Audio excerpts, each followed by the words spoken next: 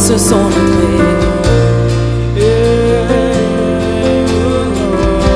Qu'un genou vient l'adorer.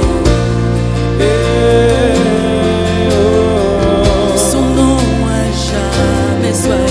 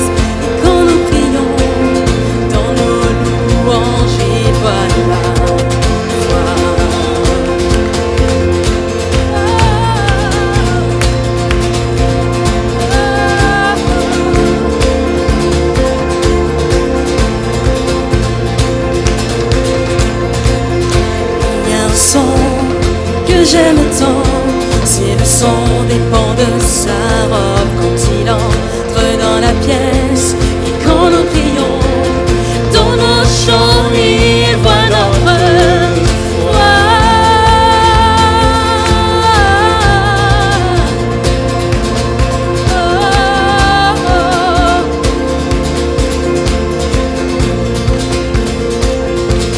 Éveille-toi. Et chante ses louanges. Et chante ses louanges. Oh, éveille-toi, mon âme, et chante ses louanges. Chante ses louanges.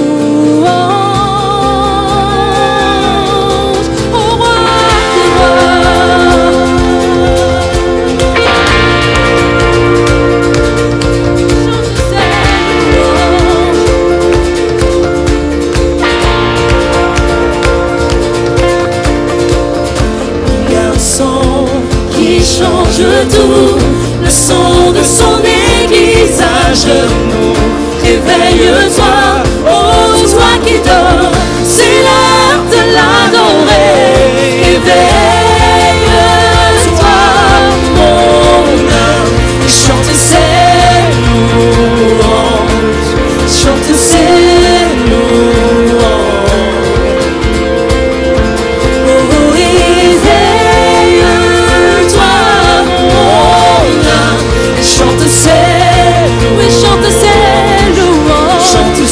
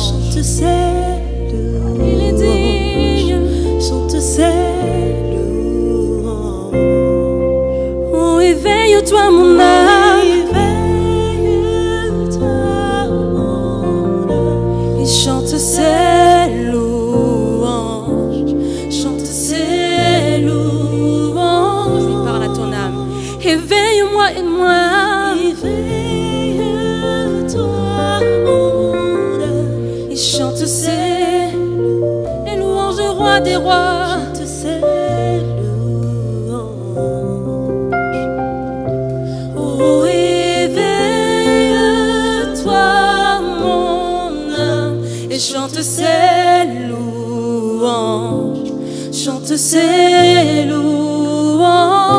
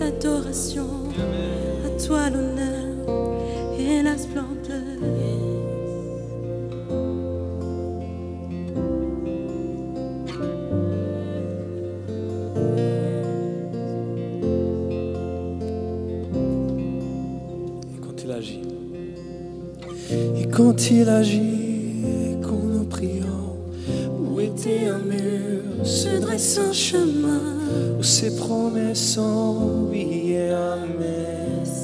Toujours oui, amen. Et quand il agit, il n'y a aucun doute, l'enfer vacille, tremble et redoute. Gloire au Seigneur, gloire à son nom. Quand il agit, l'Église chante. Quand il agit, quand nous prions, où était un mur, se dresse un chemin, ses promesses sont oui, amen. Et quand il agit, il n'y a aucun doute, l'enfer vacille, tremble et redoute. Gloire au Seigneur, gloire à son nom. Gloire au Seigneur. Gloire au Seigneur, gloire à son nom. Yes. Gloire au Seigneur, gloire à son nom. Gloire au Seigneur, gloire à son nom. Gloire au Seigneur, gloire à son nom.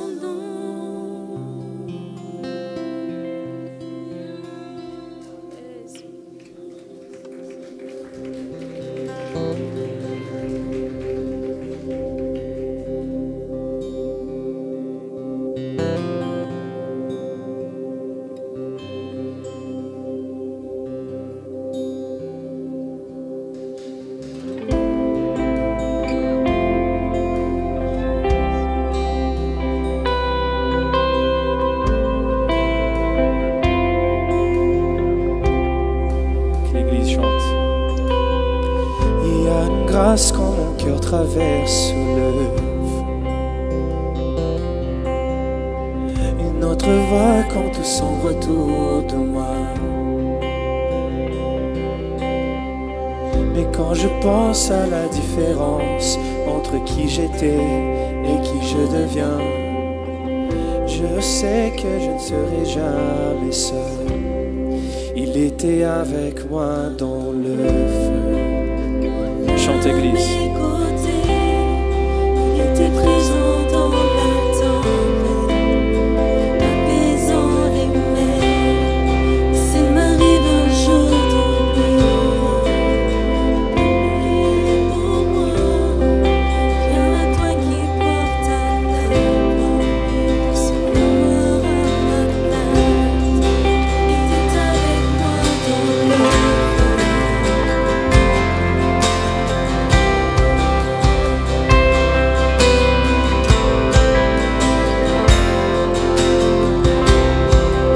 Toute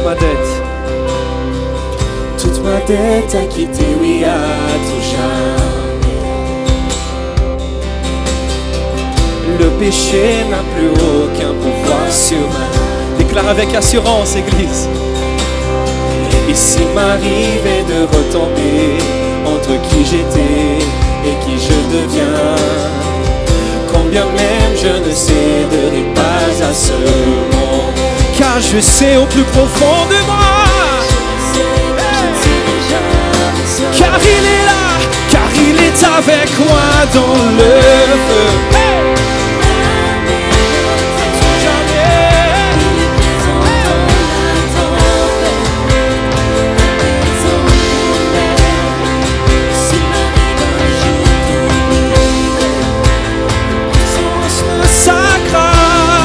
Il y a un tombeau qui est bien vide, car il est avec moi dans le feu. Oh, il est avec moi dans le feu. Oh, il sera à toujours. Il est avec moi dans le feu, dans le feu. Que l'église chante, je vois la lumière, et je vois la lumière dans les ténèbres, alors qu'elle fuit devant lui. J'entends dans les cieux un rugissement quand sa gloire nous envahit. Je vois sa tête tomber,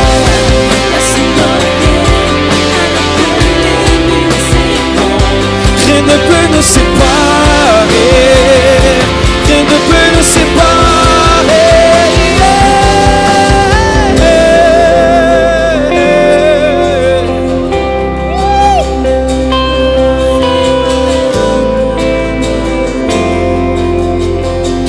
Les ténèbres ne peuvent rien contre ta gloire, contre ta puissance, ta majesté, ta puissance, ton autorité, Seigneur.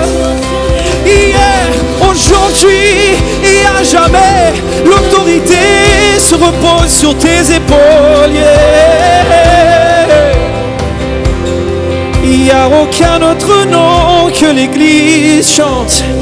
Il n'y a aucun autre nom comme le nom de Jésus. Lui qui était, qui est.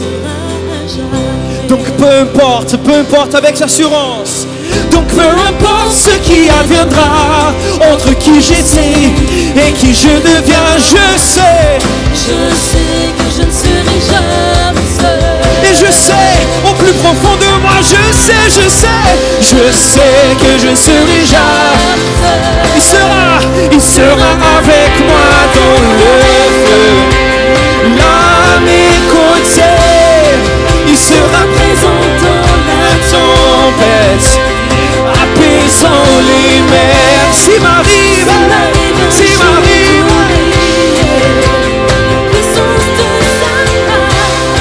je me réjouirai même dans l'épreuve, car je sais que tu es, et je vois la lumière,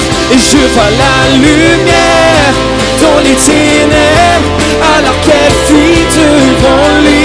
J'entends dans les cieux un rugissement quand sa gloire nous envahit. Je sens la terre alors que les murs s'effondrent, rien ne peut nous séparer.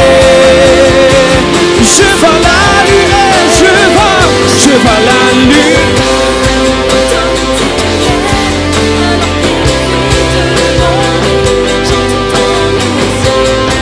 Un rugissement quand sa gloire, je sens la terre trembler.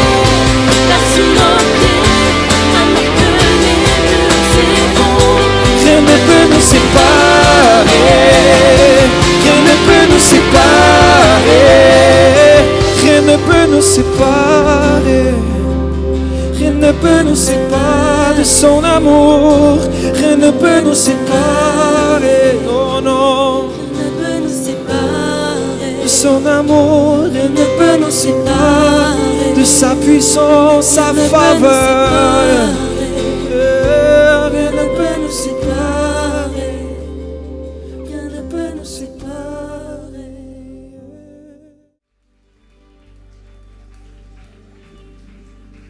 Alléluia.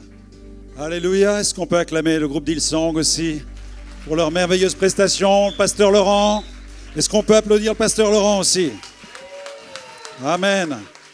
Dieu soit loué. On est tellement bien dans la présence de Dieu. Amen. Alléluia. S'il y a quelqu'un à la vidéo, il va m'envoyer bientôt un visuel qui va vous rappeler ce qu'on a dit hier. Amen.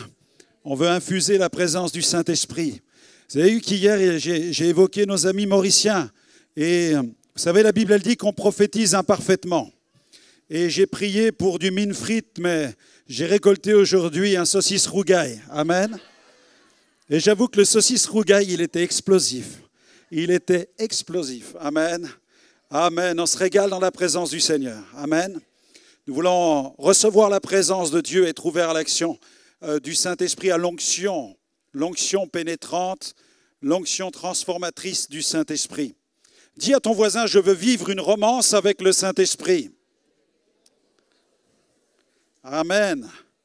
Amen. Levons-nous ensemble quelques instants et prions. Merci Seigneur. Alléluia. Merci Seigneur pour l'onction de ton esprit. Merci Seigneur pour les cœurs qui sont préparés à recevoir ta merveilleuse présence. Seigneur, nous sommes attentifs à ce que tu veux opérer cet après-midi. Et Seigneur, je crois que tu veux déverser ton esprit avec gloire, avec puissance, avec abondance. Je crois que ton onction est une huile fraîche et ta parole nous dit que l'onction que tu répands, elle a le pouvoir de briser le joug, toute espèce de joug, le joug satanique, le joug de la maladie, le joug du péché, quelles que soient les entraves que Satan a pu placer sur telle ou telle personne. Tu as le pouvoir de rendre libre par la puissance du Saint-Esprit. Et nous te prions, Seigneur, de confirmer ta parole avec richesse, avec gloire, avec confirmation, avec signes, miracles et prodiges. Nous voulons être à l'écoute et recevoir, Seigneur, ton onction, une onction de gloire, parce que tu es celui qui manifeste ta puissance. Seigneur, nous croyons que le royaume de Dieu est proche. Nous croyons que le royaume de Dieu est là. Et nous voulons prêcher la bonne nouvelle, annoncer la bonne nouvelle du royaume de Dieu et voir les œuvres du royaume. Au nom puissant, au nom merveilleux de Jésus, est-ce qu'on peut lui offrir une acclamation comme il se doit? Alléluia. Amen. Gloire à Dieu. Je vous invite à prendre place et ouvrir la Bible avec moi dans Matthieu 4, verset 23, où il est question du ministère de Jésus. Et la Bible dit qu'il prêchait le royaume de Dieu. Amen. Et la semence détermine la récolte. Si tu plantes une semence de guérison, tu récolteras des guérisons. Si tu plantes une semence de délivrance, tu récolteras des délivrances. Si tu plantes une semence de transformation, tu récolteras des vies transformées. Amen. Dieu soit béni.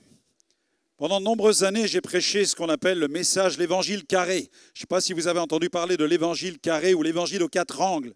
Peut-être certains d'entre nous, vous avez lu ce livre de George Jeffreys sur le miraculeux évangile.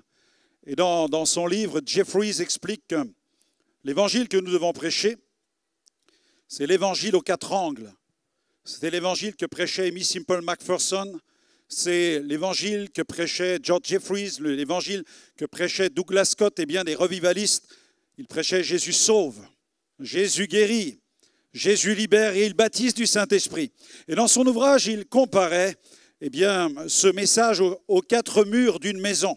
Et lorsqu'il y a 4 murs, la maison tient debout. La maison tient sur ses pieds. Mais au fur et à mesure des années, je me suis rendu compte que nous ne devons jamais perdre de vue que l'essentiel, c'est que Jésus soit le fondement de la maison. Jésus doit être dans les fondations. Jésus doit être dans les fondations et nous prêchons que Jésus sauve, que Jésus guérit, que Jésus baptise du Saint-Esprit, qu'il revient bientôt. Et un jour, le Seigneur m'a montré, il m'a parlé, il m'a dit, il manque quelque chose à ta prédication. Je dis, Seigneur, qu'est-ce qu'il manque? Il m'a dit, il manque la toiture. Ceux qui t'écoutent ont besoin d'une destinée, ils ont besoin d'entrer dans leur destinée. Et Jésus guérit, Jésus délivre, Jésus libère, il revient bientôt, il baptise dans le Saint-Esprit, mais il donne aussi une glorieuse destinée. Il veut changer véritablement notre destinée par la puissance du Saint-Esprit. Et c'est ce qu'il a fait dans ma vie. Et il s'est révélé, et il est venu avec puissance et avec gloire. Et la Bible dit que Jésus prêchait, il parcourait la Galilée. Dans Matthieu 4, versets 23 à 25, Jésus parcourait toute la Galilée, enseignant dans les synagogues, prêchant la bonne nouvelle du royaume, guérissant toute maladie et toute infirmité parmi le peuple. Sa renommée se répandit dans toute la Syrie.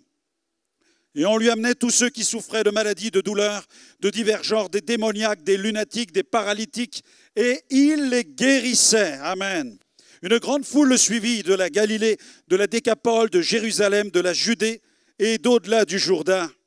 Amen. Jésus prêchait la bonne nouvelle du royaume de Dieu. Jésus prêchait la repentance. Dans Matthieu 4, verset 17, il prêchait ces mots, « Repentez-vous ». Repentez-vous, car le royaume des cieux est proche. Littéralement, le terme dans le grec, c'est le terme métanoïa, qui veut dire changement radical de mentalité. Nous devons vivre un véritable changement de paradigme, de manière de penser pour recevoir ce que Dieu désire nous communiquer. Jésus prêchait le message du royaume de Dieu.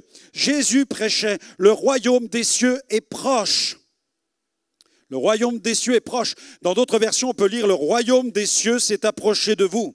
Dans la version de la Bible NIV, il est dit que le royaume de Dieu s'est approché. From that time on, Jesus began to preach, repent for the kingdom of heaven has come near. Le royaume de Dieu s'est approché de vous. Une autre version, la Bible King James, qui est une Bible vraiment très rigoriste, elle dit le royaume est à la portée de la main. The kingdom of God is at hand. Il est à la portée de la main. Tu peux l'attraper. Le terme grec, c'est aiguizo. Et ce terme nous parle d'être très proche, de telle manière que tu peux l'attraper, tu peux t'en saisir, tu peux le capturer. Gloire à Dieu. C'est pourquoi nous prêchons ce royaume. Et la Bible dit que nous recevons même un royaume qui est inébranlable. Le royaume de Dieu est supérieur à toute espèce de royaume. Et partout où Jésus allait, Jésus prêchait le royaume de Dieu. Et il a prêché le royaume de Dieu dans un contexte où l'Empire romain était l'envahisseur qui avait gagné, qui avait envahi tout le bassin méditerranéen. Et Jésus allait de ville en ville, de village en village, il croisait les soldats romains, il croisait les autorités du judaïsme, et sur les places publiques, Jésus prêchait « Le royaume des cieux est proche ». Et les soldats romains le regardaient en disant « Mais non, laissons-le tranquille ». Vous savez que Jésus risquait sa tête à chaque fois qu'il prêchait le royaume des cieux. Parce que nul ne devait faire concurrence au royaume, à l'Empire de Rome. Nul ne devait faire concurrence à César. Mais les Romains, en écoutant ce gars qui prêchait au coin des rues, se disaient « Mais c'est quelqu'un qui doit avoir un problème psychique. Laissons-le tranquille. » Les Juifs religieux voyaient en lui un fanatique, un illuminé. Mais les choses ont commencé à devenir sérieuses lorsque Jésus a été accompagné de signes, de miracles et de prodiges. Alléluia. Parce que Jésus a accompagné sa parole. La parole était accompagnée par les signes qui venaient la confirmer. Dieu soit loué. Le royaume des cieux est supérieur à toute espèce d'empire terrestre. Mais j'aimerais dire aussi ce soir que le royaume des cieux est supérieur à toute puissance des ténèbres. Les puissances, les royaumes, les autorités, les dignités. Jésus est supérieur. Je me souviens de ma première campagne au Togo, c'était en 1998, c'était au siècle dernier. Amen. Alléluia. Et là, j'avais pas beaucoup de connaissances sur l'Afrique. J'avais rencontré Reinhard Bonnke à Francfort et dans son bureau, il m'avait accordé 2 heures. À cette époque-là, il y avait un réveil à Pensacola aux États-Unis. Bonnke devait prendre un avion. J'ai réussi à décrocher un rendez-vous. Il m'a reçu dans son bureau. Et là, pendant 2 heures, nous avons parlé du royaume de Dieu. Il m'a imposé les mains. Et quelques mois plus tard, je me retrouvais au Togo. Est-ce qu'il y a des Togolais dans la salle? Il y en a un, gloire à Dieu. Est-ce que certains connaissent la ville d'Atakpamé? Atakpamé, j'ai prêché à Atakpamé, il y avait 25 000 personnes. Pour ma première campagne en Afrique, 25 000 personnes. Les aveugles, les sourds, les muets, la puissance de Dieu était déversée. Mais je me souviens encore de la première réunion. Le premier moment, je suis arrivé sur ce terrain vague où la foule était rassemblée et où nos Africains sont capables de mettre une atmosphère comme eux seuls sont capables de le faire. Alléluia. Là, j'avais l'impression d'être sur la lune. Ils sautaient sur place. Il y avait un tel nuage de poussière que je peinais à voir la fin de la foule qui était là en face de moi. Et au moment d'aller prêcher, je me tourne vers le pasteur Lakou Kofi Viglo et je dis, mon frère, quelle atmosphère ici, c'est incroyable. Je dis, les gens sautent, les gens dansent, les gens poussent des cris, ils tapent des mains. Et je lui dis, et ils sifflent. Et il me dit, ah, il siffle. Et il se met à éclater de rire. Et il me dit, frère Alexandre, on voit bien que vous ne connaissez pas l'Afrique. Je dis, pourquoi, frère? Il me dit, mais parce que ici, ceux qui sifflent en face de vous, ce ne sont pas des chrétiens qui sont venus vous écouter, ce sont tous les sorciers de la région. Et ils sifflent parce qu'ils appellent les démons pour vous empêcher de prêcher. J'ai dit, waouh, quelle ambiance ici! Alors j'ai pris ma Bible et je l'ai brandie en proclamant le nom de Jésus. Et tout à coup, ça leur a coupé le sifflet. Les uns après les autres tombaient dans la foule en poussant des hurlements. Et la gloire de Jésus se manifestait. Il y avait même un extrémiste religieux. Cet extrémiste religieux était infirme de la jambe gauche. Et en m'écoutant prêcher Jésus, il est devenu furieux. Il a traversé la foule. Son but, c'était d'atteindre l'estrade, m'arracher le micro et m'empêcher de prêcher. Et alors qu'il traverse la foule, la puissance de Dieu tombe sur lui. L'homme est guéri de son infirmité. Et alors que je prêche, on m'arrête dans ma prédication. 2 pasteurs sont là, ils me disent, Pasteur Franck, arrêtez de prêcher maintenant, il faut écouter cet homme. Et on donne un micro à cet homme. C'était comme si cet homme était branché sur le 250 000 volts. Il était comme ça en face de la foule, il criait, Jésus est le Fils de Dieu, Jésus est le Fils de Dieu. Guéri de son infirmité. Mes amis, le Saint-Esprit n'est pas toujours un gentleman. Alléluia. Tu veux vivre une romance avec le Saint-Esprit? Amen. Le Saint-Esprit n'est pas toujours un gentleman. Je vois dans la parole de Dieu que le Saint-Esprit vient avec gloire et puissance. Lorsque le Saint-Esprit vient, il accomplit des œuvres extraordinaires à tel point que parfois c'est un véritable chaos. Alléluia, il met tout sans dessus-dessous et il nous visite par la puissance de Dieu. Je me souviens, j'en ai parlé hier de mon baptême dans le Saint-Esprit. Combien j'étais rempli de cette ivresse en un instant, combien le Saint-Esprit m'a transformé, m'a communiqué sa gloire et il va le faire avec toi dans quelques instants. Alléluia. Je lis dans la parole de Dieu que Zacharie est devenu muet pendant 9 mois parce qu'à un moment, il a douté de la parole de Dieu. Non, oui, le Saint-Esprit n'est pas toujours un gentleman. Je lis dans la parole de Dieu que l'apôtre Paul a été frappé de cécité pendant 3 jours. Alléluia. Je lis aussi que Philippe, l'évangéliste, a été téléporté par la puissance du Saint-Esprit. Amen. Le Saint-Esprit n'a pas dit, Seigneur, j'aimerais bien que tu puisses me téléporter de tel village dans d'autres villages. Non, il s'occupait de l'eunuque éthiopien, il a commencé à faire un pas, il a été téléporté dans un autre endroit. Mes amis, mon épouse pourrait vous raconter ce qui nous est arrivé un soir. On rentre d'une petite réunion dans un quartier, un groupe de maisons, où là nous avons prêché l'évangile. Les enfants étaient restés seuls à la maison, ils avaient l'âge de rester ensemble. Et au moment de rentrer à la maison, on arrive à un carrefour où il y avait un feu qui passe au vert, on passe au vert et là tout à coup il y a un semi-remorque qui percute notre voiture. Mais mes amis, le semi-remorque a traversé notre véhicule et nous sommes passés au travers du semi-remorque.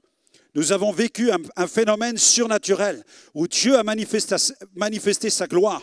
Heureusement que mon épouse est toujours vivante, amen, et qu'elle peut confirmer, elle pourrait vous confirmer la manifestation, ce signe de la puissance de Dieu. Dieu est capable de nous téléporter. Dieu est capable d'accomplir des œuvres extraordinaires. Quelqu'un dira, êtes-vous sûr, pasteur? Oui, parce que je crois qu'à Dieu, tout est possible. Le meilleur moyen de croire à l'impossible, c'est de croire que c'est possible. Amen. Et Dieu va le faire dans ta vie par la puissance de Dieu, par la puissance du Saint-Esprit. Dis-le à ton voisin, ce soir, le Saint-Esprit n'est pas un gentleman. Alléluia. Alléluia. Wouh, ça va être chaud ce soir. Ça va être chaud ce soir. Gloire à Dieu. Je veux vivre une romance avec le Saint-Esprit. Vous savez, moi j'admire les jeunes qui, lorsqu'ils sont fiancés, je vois des fois les images sur Facebook, Instagram, etc. Ils arrivent avec une coupe de champagne, et le garçon se met à genoux, il fait sa déclaration et il dit « Veux-tu m'épouser ?» Mes amis, je n'ai pas fait ça avec ma fiancée. Je l'ai amenée à Jésus, elle s'est convertie et je l'ai kidnappée. Amen.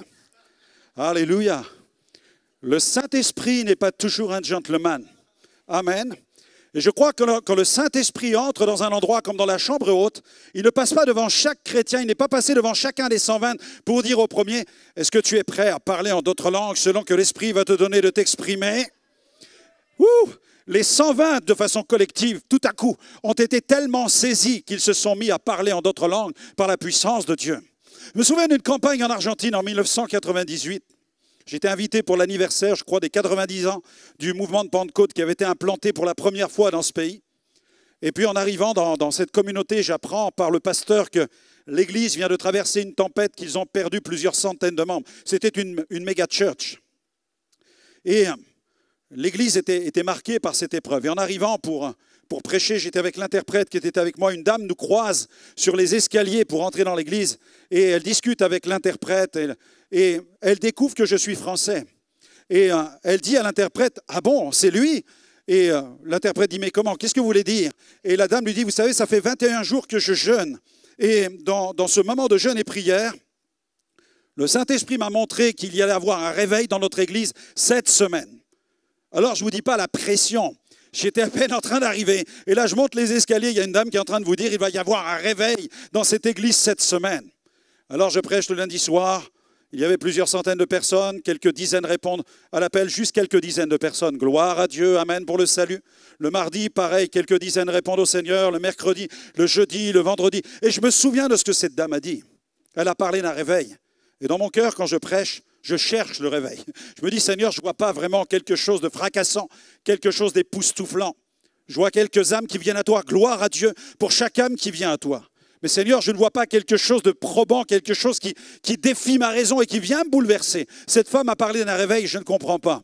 Alors je commence à penser que cette prophétie, c'est une prophétie de cuisine, si vous voyez ce que je veux dire. J'ai du mal à y croire. Je me dis, Seigneur, cette femme, peut-être elle aurait dû manger une pizza plutôt que de jeûner pendant 21 jours. Je commence à douter vraiment de la parole prophétique. Et arrive le vendredi, arrive le samedi, arrive le dimanche matin. Quelques âmes se tournent vers le Seigneur. Et là, le dimanche après-midi, la salle est pratiquement remplie, mais rien ne s'est passé de particulier. Je dois encore prêcher, c'est ma dernière prédication, je donne toute mon énergie. Je lance un appel au salut, quelques âmes viennent au Seigneur. Je prie pour les malades, et puis le pasteur est sur le point de se lever pour donner quelques informations, me remercier pour la mission que nous venons de vivre. Quand tout à coup je suis là, je termine ma prédication, je me tiens après le pupitre, je pense à ce que cette dame m'a dit il y a une semaine. Je pense au premier jour de la mission et je lui dis, Seigneur, cette femme a vu dans l'esprit qu'il y allait avoir un déversement. Seigneur, est-ce que tu vas faire quelque chose? Et je vois le pasteur qui se lève pour prendre la parole et je dois lui céder la place. Mais là, je m'accroche après le pupitre, je ne veux pas le lâcher. Quand tout à coup, mes amis, les bancs de cette église, qui est une institution en Argentine, la première église de Pentecôte du pays, j'entends les bancs qui crissent sur le carrelage. Et les gens qui se lèvent les uns après les autres, qui courent et qui se jettent sur l'estrade. Pendant 6 heures, l'Esprit est tombé avec gloire dans cet endroit. C'était extraordinaire. Tous les jeunes, les enfants, les ados parlaient en d'autres langues. Ils étaient baptisés du Saint-Esprit. J'ai vu des pères qui prenaient les enfants par l'arrière du pantalon pour les ramener dans la voiture. J'en ai vu d'autres qui les prenaient sur les épaules. Ils étaient incapables de marcher, incapables de parler, incapables de se tenir debout parce qu'ils étaient visités par la puissance de Dieu. Alléluia! La puissance du Saint-Esprit. Et là, à la fin du service, un homme vient me voir. Il me dit, Pasteur Franck, priez pour moi parce que je suis ancien dans cette église et je crois que Dieu m'appelle au ministère. Je suis à la tête d'une entreprise, c'est la première entreprise d'importation d'instruments de musique de toute l'Argentine. Et on m'a dit, si tu veux répondre à l'appel au ministère, tu dois abandonner l'entreprise, tu dois mettre un costume, une cravate et devenir pasteur. Je lui dis, écoute, bouge pas, le Saint-Esprit m'a parlé. Voilà ce qui va se passer dans ton avenir.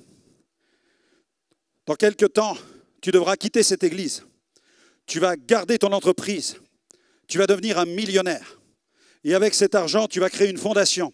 Avec cette fondation, tu vas bâtir un temple qui va accueillir des milliers de personnes. Et tu vas soutenir des missionnaires en Europe. Tu vas soutenir des missionnaires dans le monde. Mes amis, 10 ans après, cette parole prophétique s'est accomplie et cet homme est à la tête d'une méga church au cœur même de Buenos Aires aujourd'hui. Alléluia. Wouh! Le Saint-Esprit n'est pas toujours un gentleman. Alléluia, gloire à Dieu. Dieu soit béni. Quand l'Esprit vient, mes amis, nous sommes gagnés par une joie exubérante. Est-ce qu'il y a de la joie ici? Amen. J'aime bien les francophones quand ils reçoivent le baptême dans le Saint-Esprit. Ils parlent en langue, mais ils sont toujours très sérieux. Ils parlent en langue, mais ils sont toujours très graves en parlant en langue. Il y a toujours une forme de gravité qui est là. Mais je vois dans la parole de Dieu qu'il y a de la joie. Psaume 18, verset 33. Il rend mes pieds semblables à ceux des biches et il me place sur des lieux élevés. Dis à ton voisin, tu ressembles à une biche.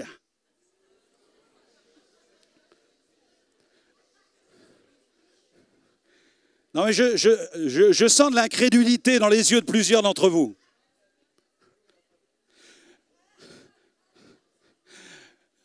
J'en entends certains qui disent oh, c'est plutôt un orignal.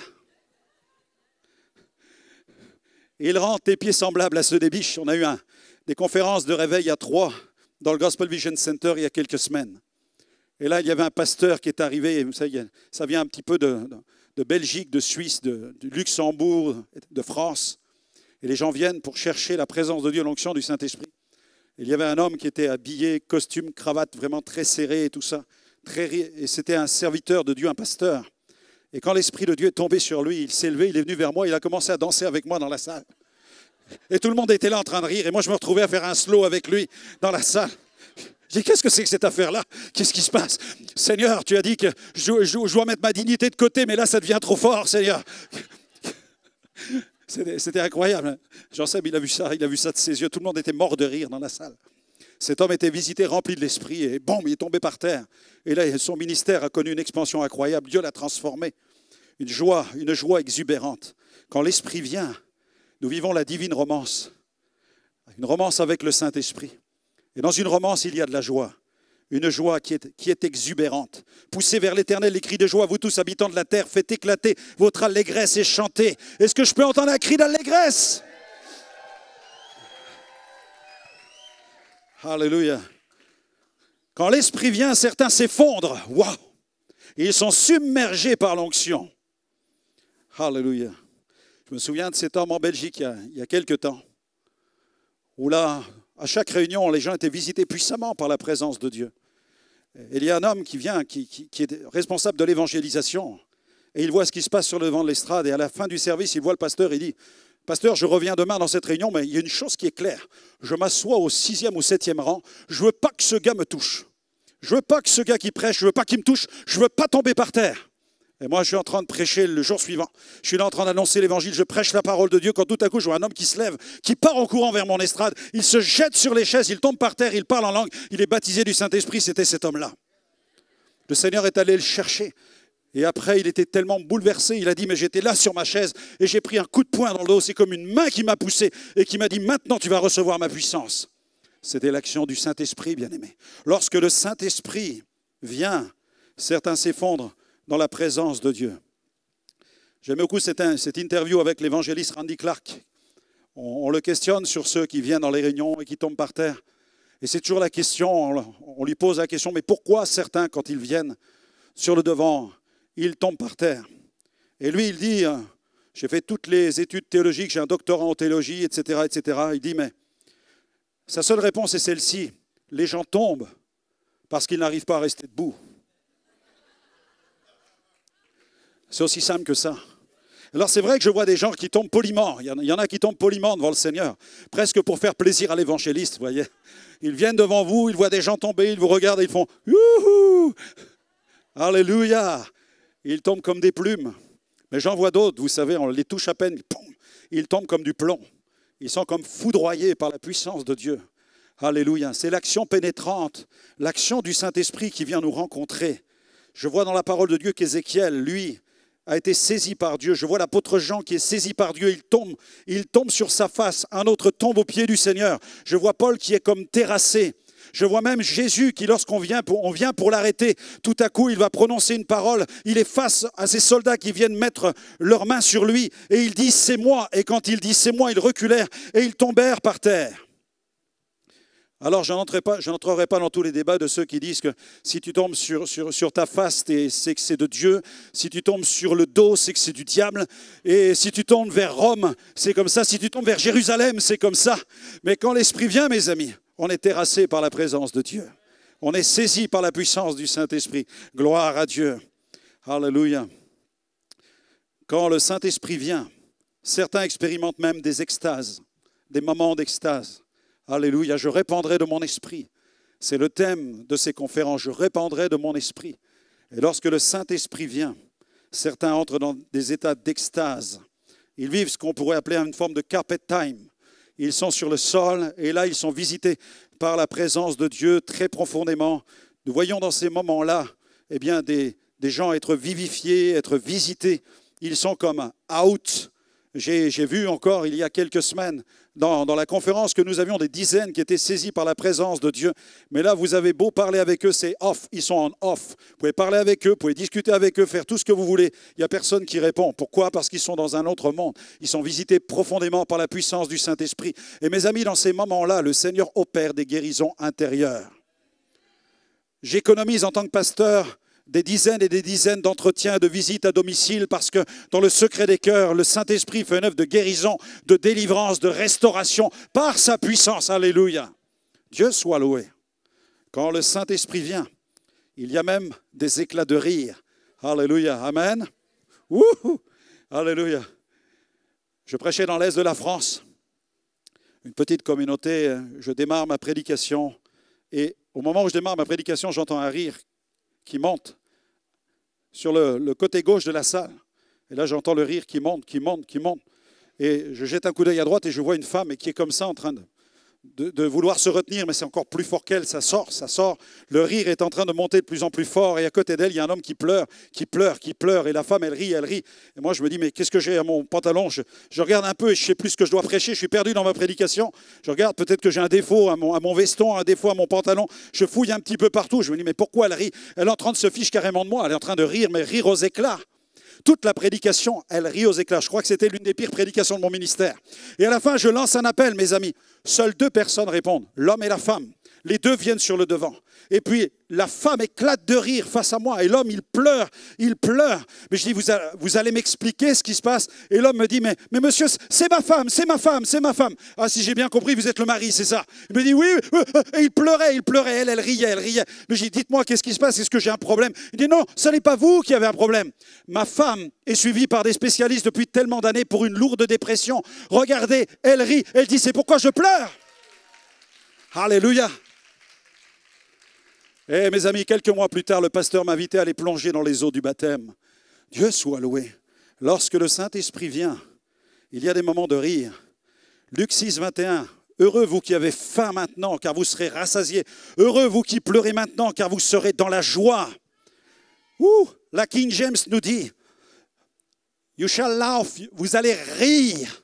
Et pourtant, c'est une version très conservatrice. La Bible King James nous dit, vous allez rire. La version Darby nous dit, vous rirez dans la présence de Dieu. Alléluia. Quand le Saint-Esprit vient, il y a une joie, il y a une allégresse tellement profonde. La Bible dit, dans le psaume 107, versets 8 à 9, qu'il loue l'Éternel pour sa bonté et pour ses merveilles en faveur des fils de l'homme. Car il a satisfait l'âme altérée et il a comblé de bien l'âme qui est affamée. Amen. Alléluia. Souris à ton voisin. Amen. Commence à sourire à ton voisin. Montre-lui toutes tes dents. Amen. Commence à rire à ton voisin. Réjouis-toi dans la présence de Dieu. La Bible dit, réjouissez-vous dans la présence de Dieu. Alléluia. Quand le Saint-Esprit vient, les nouvelles langues résonnent. Amen. Quand le Saint-Esprit vient, les nouvelles langues résonnent. La Bible dit dans Ésaïe 28, verset 11, « C'est par des hommes aux lèvres balbutiantes et au langage barbare que l'Éternel parlera à ce peuple. » Nous étions dans l'Est de la France il y a 3-4 ans. Et puis là, dans une petite communauté, nous avons prié ce matin-là pour le baptême dans le Saint-Esprit. Je crois pas loin de 14 personnes ont été baptisées du Saint-Esprit. Il y avait un homme qui habite dans le Nord, qui était de passage en congé, qui a cherché une église. Il est entré dans cette communauté ce matin-là, et puis il découvre que c'est une matinée sur le baptême dans le Saint-Esprit. Lui ne parlait pas encore en langue. Alors voyant tous ceux qui recevaient le Saint-Esprit, il a pensé, je vais saisir l'occasion de m'avancer. Alors il s'est avancé, alors qu'il vient sur le devant, l'Esprit de Dieu tombe sur lui, il se met à parler en d'autres langues, selon que l'Esprit lui donne de s'exprimer. Quand tout à coup, derrière lui, il y avait un homme qui était d'origine béninoise. Et alors qu'il était juste derrière lui, il entend cet homme devant lui qui parle en langue, cet homme du Nord, et du Nord de la France. Et cet homme d'origine béninoise entend cet homme qui reçoit le baptême dans le Saint-Esprit, qui parle en d'autres langues. Et tout à coup, il est stupéfait. Parce que cet homme qui est juste devant lui ne peut surtout pas, il ne peut pas connaître le dialecte qui est parlé au Bénin. Et là, à ce moment-là, cet homme se tourne vers nous, il vient me voir, il me dit, mais cet homme est en train de prophétiser parce qu'il est en train de déclarer en béninois des choses qui sont glorieuses. Il décrit un homme qui est couché à terre, qui est fracassé par l'épreuve et qui va se relever par la puissance de Dieu. Alléluia! Ils parleront des nouvelles langues. Ils parleront des nouvelles langues. Quand l'Esprit Saint vient, mes amis, certains sont même gagnés par l'ivresse. Car le royaume de Dieu, Romains 14, 17, Ce n'est pas le manger et le boire, mais c'est la justice et la paix, la joie par le Saint-Esprit. Mes amis, notre société a besoin de connaître cette ivresse de l'Esprit. Amen. Nous vivons dans une société qui a besoin de découvrir la vraie joie, la joie de Dieu. Il y a plus que le carnaval de Dunkerque. Oh, il y a plus que la grande braderie de Lille. Il y a plus que moules frites. Amen. Il y a plus que les fêtes de Bayonne ou la fête de la bière en Allemagne. L'apôtre Paul a dit, ne vous enivrez pas d'alcool, c'est de la débauche, mais soyez au contraire remplis du Saint-Esprit. Alléluia. Et Dieu va te donner une onction de joie. Et lorsque les 120 étaient dans la chambre haute, ils ont tellement été remplis de joie que tous les Juifs de la diaspora venus à Jérusalem pour rendre le culte à l'Éternel ont pensé qu'ils étaient tous ivres, qu'ils avaient consommé de l'alcool. Et l'apôtre Pierre a dû se présenter devant tout le monde et leur dire, écoutez, non, ces hommes ne sont pas ivres comme vous le supposez. Parce que c'est la 3e heure du jour, c'est-à-dire 9 heures du matin. Il était 9 heures du matin à Jérusalem. Ces gens ne sont pas ivres, ces gens n'ont pas bu d'alcool, mais ils sont remplis du Saint-Esprit. C'est là que la prophétie de Joël vient de s'accomplir. Ils sont remplis du Saint-Esprit et de la gloire de Dieu. Alléluia, gloire à Dieu. Mes amis, quand le Saint-Esprit vient, c'est extraordinaire. Vous avez des gens qui pour entrer dans un état d'euphorie, eh bien, vont se tenir autour d'une table dans une cérémonie de mariage. Ils vont boire des bières, quelques verres de vin. Puis à un moment, ils vont entrer dans un moment d'euphorie qui va leur prendre peut-être 1 heure à 2 heures. Aujourd'hui, les jeunes pratiquent le binge drinking, où en quelques minutes, il faut boire de l'alcool à satiété pour entrer dans un état d'ivresse. Mais lorsque j'ai été baptisé du Saint-Esprit, j'ai été saisi par une ivresse en moins d'1 seconde. L'Esprit m'est tombé dessus et là j'étais dans un état second, incapable de me tenir debout parce que j'étais rempli de la puissance de Dieu. Et la différence entre ceux qui boivent et qui détruisent autour d'eux ou qui ont des accidents de voiture avec ceux qui sont remplis du Saint-Esprit, c'est que notre baptême de feu, lui, apporte la bénédiction et la gloire dans l'Église de Jésus. Alléluia. Il ne cause aucun tort à personne. C'est pourquoi je dis aux jeunes qui sont là, recherchez la plénitude du Saint-Esprit. Venez chercher la présence de Dieu. Soyez remplis du Saint-Esprit. Soyez remplis de la gloire de Jésus. Alléluia. Gloire à Dieu. J'ai vu cet homme qui était visité par la puissance de Dieu, saisi par un état d'ivresse il y a quelques jours. J'ai vu aussi ces quelques jeunes qui étaient là en un instant. Ils étaient tellement visités qu'ils étaient incapables de se relever. Ils parlaient en d'autres langues. Ils ont vécu une telle rencontre de puissance avec Dieu que leur vie a été transformée. Nous avons besoin de vivre. L'Église a besoin de redécouvrir, ou en tout cas pour certains de découvrir, cette intimité, cette divine romance, l'ivresse d'une romance. Comme cette ivresse d'une romance que l'on peut vivre dans un couple, le Seigneur désire que nous puissions vivre l'ivresse d'une romance, d'une communion intime et permanente avec le Saint-Esprit. Amen. L'Église francophone a besoin de découvrir cette puissance. Et si les chrétiens francophones découvrent cette puissance, cette présence, cette intimité avec Dieu, leur vie spirituelle va être totalement transformée. Ils vont rentrer chez eux avec la présence de Dieu. Ils ne vont pas se dire « je vais à l'église pour la découvrir ». Mais ils vont rentrer chez eux avec la conscience et la conviction que le Saint-Esprit est en eux et que Dieu fait une œuvre extraordinaire au fond de leur cœur. Tu as besoin de l'onction du Saint-Esprit. Tu as besoin de vivre cette onction dans la vie de tous les jours. Tu as besoin de la trouver dans la présence de Dieu. Alléluia. Quand le Saint-Esprit vient, l'être entier tressaille. Il tremble d'émotion, mais pas seulement. Il tremble sous l'effet du poids de la gloire de Dieu, la kabod. Vous savez, le mot kabod, qui nous parle de la gloire de Dieu dans l'Ancien Testament, c'est un terme qui est dérivé du mot kabed, qui veut dire lourd et pesant. Lorsque la gloire de Dieu vient, elle vient d'une façon tellement pesante. Elle descend sur nous, elle vient peser sur nous. La Bible dit dans Ésaïe 60, verset 5, « Tu tressailleras alors et tu te réjouiras et ton cœur bondira, il se dilatera quand les richesses de la mer se tourneront vers toi, quand les trésors des nations viendront à toi. » Dieu est en train de nous dire que nous pouvons vivre des instants glorieux dans sa présence. Gloire à Dieu. J'ai vu cet homme qui est venu devant il y a quelques jours. Dans un appel, il est venu, il était raide comme un poteau. Vous savez, il y a des gens, ils viennent devant et vous faites « Oh, il y a quelqu'un ». Ils sont comme ça. Et là, vous passez devant eux. Off. Pas de signal. Il y a quelqu'un là-haut, non. Ils ne répondent pas. Ils sont là devant, en face de vous, et là, vous priez. Vous dites, Seigneur, il faut un miracle. Seigneur, il faut que tu interviennes. Et cet homme était là comme un poteau en face de moi. Il était tellement pieux, qu'avec lui, on aurait même pu faire une clôture. Vous voyez ce que je veux dire? Bon, j'expliquerai la semaine prochaine, c'est pas grave. Mais il était raide en face de moi. Je dis, Seigneur, fais quelque chose. Et là, j'ai prié pour lui, je priais, je dis, Seigneur, je t'en supplie, fais quelque chose. Cet homme a besoin de te rencontrer. Et là, j'ai vu tout à coup sa main qui a commencé à trembler. Et lui, il a regardé sa main. Et il s'est dit, mais qu'est-ce qui se passe? Et là, il regarde sa main. Ensuite, l'autre main se met à trembler. Ses bras commencent à trembler. Et là, l'onction de Dieu descend sur lui. Et l'homme, voyant ce qui se passait dans son être entier, se met à rire aux éclats. Il est gagné par l'ivresse, il s'effondre par terre. Il est resté pendant une demi-heure sous la présence du Saint-Esprit, transformé. Cet homme, quand il s'est relevé, il savait qui était Dieu. Il venait de rencontrer la présence du Saint-Esprit. Il est rentré chez lui avec cette communion intime. Aujourd'hui, il poursuit sa relation intime avec le Saint-Esprit. Il ne souffre plus de solitude. Il ne vient pas à l'église comme un religieux, mais il a rencontré Dieu d'une manière totalement personnelle qui l'a transformé. Alléluia. Quand le Saint-Esprit vient, on entend aussi des cris, parfois des cris déchirants. La Bible parle des démons qui partent en criant. La Bible en parle. Elle dit que les esprits sortaient en poussant des cris. Mais il y a aussi parfois des cris de douleur. Il y a parfois des cris de souffrance.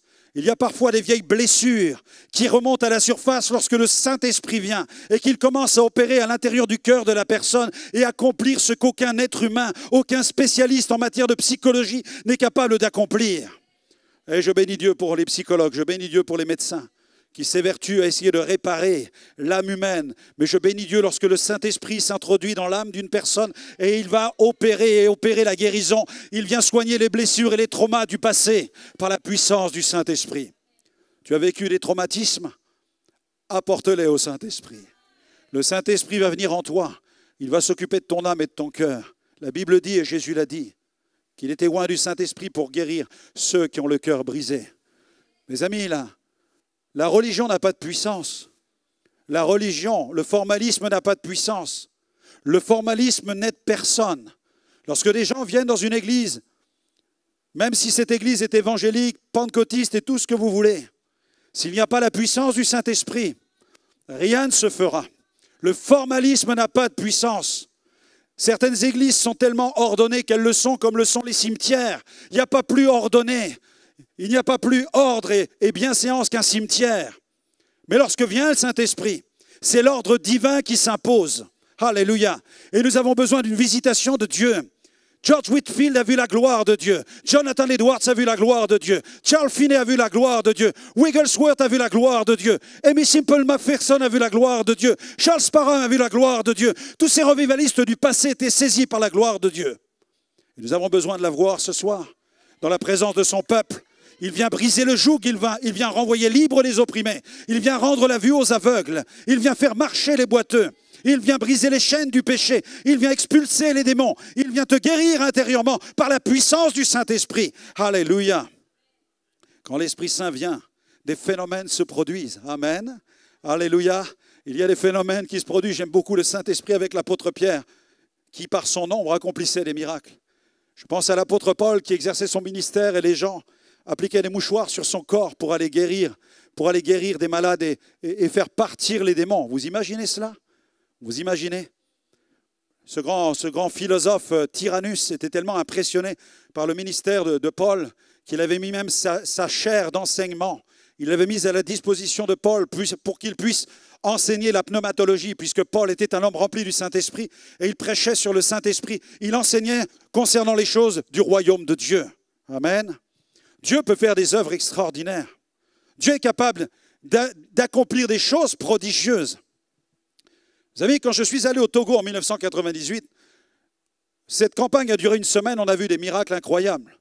Ensuite, je suis retourné en France, mais quelques jours plus tard, le téléphone a sonné et j'avais le pasteur qui organisait la campagne qui m'appelle et qui me dit « Pasteur Franck, êtes-vous bien retiré? Oui, tout va bien, heureux d'être à la maison. » Il me dit « Pasteur, les miracles continuent. » Je dis « Mais comment est-ce possible ?» Il me dit « Je vous dis que les miracles continuent. » Je dis « Oui, mais la mission est finie. » Il me dit « Mais vous savez, lorsque les habitants du pays ont pris la route, certains l'ont pris au milieu de semaine. Et quand ils sont arrivés, vous aviez déjà quitté le pays. Et certains d'entre eux sont arrivés sur le stade d'évangélisation qui était vide. Et beaucoup étaient tristes, étaient déçus, parce qu'ils avaient besoin de guérison, ils avaient besoin de voir la gloire de Dieu dans leur foyer. Je dis « Oui, et alors ?» Je dis « Je suis désolé, mais il y a une fin à toute chose. » Il me dit « Oui, je comprends, frère, il n'y a pas de problème. Ce n'est pas là le problème. c'est que tous ces gens malades, souffrants, qui ont entendu tous ces témoignages qui ont parcouru le pays, eh bien, ont vu qu'il restait des posters sur les murs de la ville. Alors, ils ont arraché les posters, ils les ont roulés, ils les ont mis dans leurs bagages, ils sont retournés dans leur village. Ils ont parcouru des centaines de kilomètres et arrivés dans les villages, ils ont commencé à afficher les posters dans les cases. Et alors que les posters étaient affichés dans les cases, des phénomènes ont commencé à se produire dans les villages. Des démons sortaient, les possédés, des malades étaient guéris. La gloire de Dieu a commencé à se manifester dans tout le pays.